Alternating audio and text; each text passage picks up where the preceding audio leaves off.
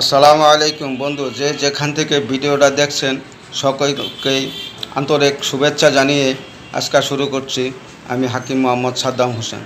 বন্ধু, আজকে যৌনরোগ নিয়ে আলোচনা করব। যৌনরোগ এটা একদিনে দুই দিনের সৃষ্টি হয় না, অনেক দিনেই যৌনরোগটা সৃষ্টি হয়। যৌনরোগের জন্য যে অন্যান্য রোগগুলো দায়ী সেগুলা আসলে সমাধান করা দরকার। নিয়মিত শরীরচর্চা করা দরকার, নিয়মিত সৎভাবে জীবনযাপন করা দরকার। বন্ধু, যাদের সহবাসের স্থায়িত্বক্রম বীর্যটা পাতলা, যাদের দেখা যাতে কয়েক সেকেন্ডেই বীর্যপাত হয়ে যায়, যার ফলে স্বামী স্ত্রী মিলনে অক্ষম, স্বামী স্ত্রী জীবনে হতাশা, মনোমালিন্য, সেই সমস্যা দূর করতে আজকাল যে গাছটা নিয়ে আমি হাজির হয়েছি এটার নাম হলো মহুয়া গাছ। মহুয়া গাছ আপনারা সকলেই চিনেন। মহুয়া ফুল খুব সুঘ্রাণযুক্ত। মহুয়া ফুল সিজন শেষ হয়ে গেছে, এখন ফল হয়েছে।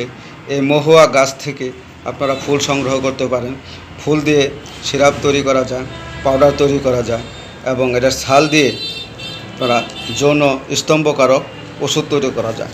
বন্ধু, যাদের সেক্স পাওয়ার অনেক প্রবল কিন্তু সহবাসের স্থায়িত্বটা কম, তাদের জন্য এই মহুয়া ছাল উপকারী।